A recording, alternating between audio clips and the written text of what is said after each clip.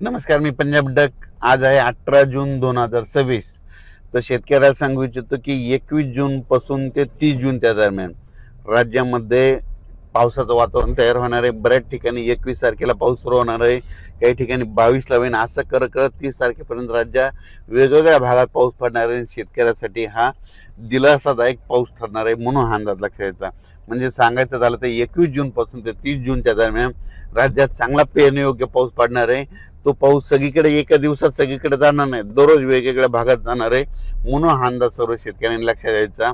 आणि शेतकऱ्याला एक विनंती की जमिनीमध्ये पेरणी करत असताना जमिनीमध्ये ओल तपासून पेरणी करावी. कारण की 4 बोट 6 बोटवर जर तुम्ही पेरणी केली तर ती तुमची पेरणी खराब होऊ शकते. म्हणून पेरणी करत असताना जमिनीतील सगळ्यात महत्त्वाचा ओल तपासणं. आणि त्याच्यानंतर सांगू इच्छितो की पेरणीसाठी आता उशीर झाला, तर उशीर झाल्यामध्ये जर कापूस लागवड करत असेल तर सगळ्यात महत्त्वाचं आता अंतर कमी करावं लागतं. कारण की अंतर कमी केल्याच्या नंतर मग कापसाला उतार येतो, म्हणून हे लक्षात यायचं. म्हणजे उशीर कापसाचं अंतर उशिरा जर पेरणी झाली तर अंतर जवळ करावं लागतं, आणि लवकर पेरणी असेल तर थोडं अंतर वाढवावं लागतं. म्हणून काय होतं, ॲव्हरेजमध्ये चांगले येतं. पण कोणतीही पेरणी करत असताना उशिरा झाली तर त्याचं अंतर कमीच करावं लागणार आहे. कारण की उशिरा पेरणी केल्यामुळे वाढ होत नसते, म्हणून हे लक्षात यायचं. आणि होईल तिथपर्यंत लवकर येणाऱ्या जाती करा, पांढऱ्या फुलाच्या करा, लवकर येणाऱ्या करा. कारण की लवकर येणाऱ्या मध्येच काहीतरी खरं आहे ना, उशिरा येणाऱ्याचे काही खरं नाही. म्हणून होईल तिथपर्यंत लवकर येणाऱ्या जाती करा. आणि शेतीचं नियोजन करत असताना चांगली मशागत करून आपण आपल्या पेरणीची तयारी ठेवा. पाऊस पडल्याच्या नंतर जमिनीवर ओल तपासा, असं करीत करीत नियोजन करून तुम्ही शेतकऱ्यांनी पेरणीची तयारी ठेवा. परत एक शेतकऱ्याला सांगू इच्छितो की यावर्षी दरवर्षी मी म्हणतो ना, जूनच्या शेवटच्या आठवड्यातच पेरणी होणार आहे. मी पहिल्यापासून सांगतो की निसर्गच 22 दिवस पुढे सरकला आहे, पण याकडे कोणी दुर्लक्ष करतं.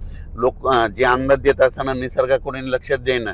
निसर्ग काय झाला की ऋतुचक्रमान 22 दिवस पुढे सरकलं. थंडी 22 दिवस पुढे सरकली, उन्हाळा 22 दिवस पुढे सरकला, आणि पावसाळा 22 दिवस पुढे सरकला. लहान मुलाला जर विचारलं तर पाऊस कधी येणार, तो म्हणतो 7 जूनला येणार. पण आता भविष्यामध्ये काय करावं लागणार आहे, आता 7 जून ऐवजी आपल्याला दरवर्षी म्हणावं लागणार आहे जूनच्या शेवटच्या आठवड्यात पाऊस येणार आहे आणि पेरणी होणार आहे, असं म्हणावं लागणार आहे. कारण की हे भविष्यात ही परिस्थिती असंच राहणार आहे.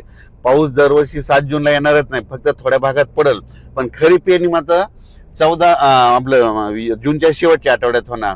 म्हणून म्हणतो आता 2027 बी धरा, 2028 आणि 2029ला तरी तुम्ही काय करा, वाटल्यास आतापासूनच लक्षात ठेवा पेरणी कधी होणार, तर शेवटच्या आठवड्यातच होणार. आणि यावर्षी तशीच परिस्थिती. मी खूप दिवसापासून सांगत होतो निसर्ग पुढे सरकायला, पण याकडे कोणी दुर्लक्ष करत, सगळेजण दुर्लक्ष करत होते. पण आता खरी वेळ आली.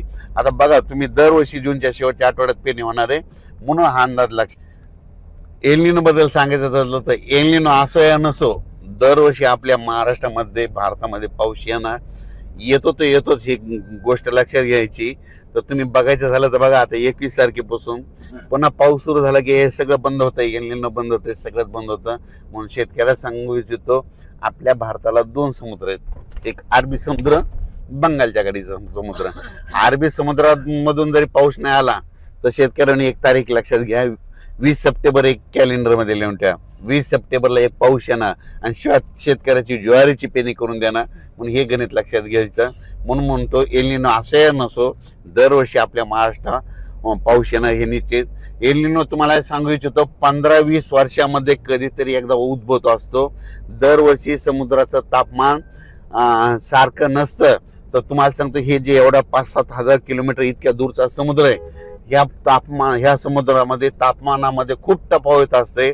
1-1, 2-2 किलोमीटर, 10-10, 20-20 किलोमीटर तापमानामध्ये गरम गार पाणी होत असतं. म्हणून म्हणतो एल असं येणं, दरवर्षी आपल्या महाराष्ट्रात पाऊस येणार हे निश्चित धरायचं.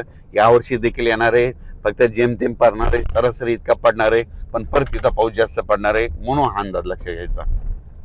आणि खूप प्रसारमाध्यमातून शेतकरी खूप घाबरत आहेत.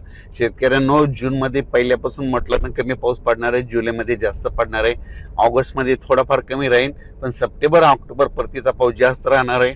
13 नोव्हेंबरला थंडी येणार आहे. म्हणून यावर्षी दोन्ही पिकं येणार आहे, एक तर खरीप पण येणार आहे आणि रब्बी पण येणार आहे. खरीप कशामुळे चांगलं येणार आहे, खरीपमध्ये जेमतेम पाऊस असला, थोडा कमी असला की ट्रेस भेटल्याच्या नंतर पिकाला फुलं लागतात, फुलं लागल्याच्या नंतर शेंगात रूपांतर होतं. त्याच्यामुळे खरीपाचं पीक चांगलं येणार आहे.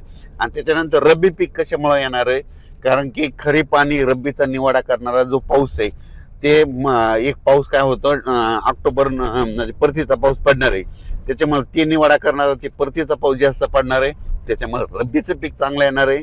म्हणून शेतकरी हिताचं यावर्षी साल आहे, म्हणून हे लक्षात यायचं.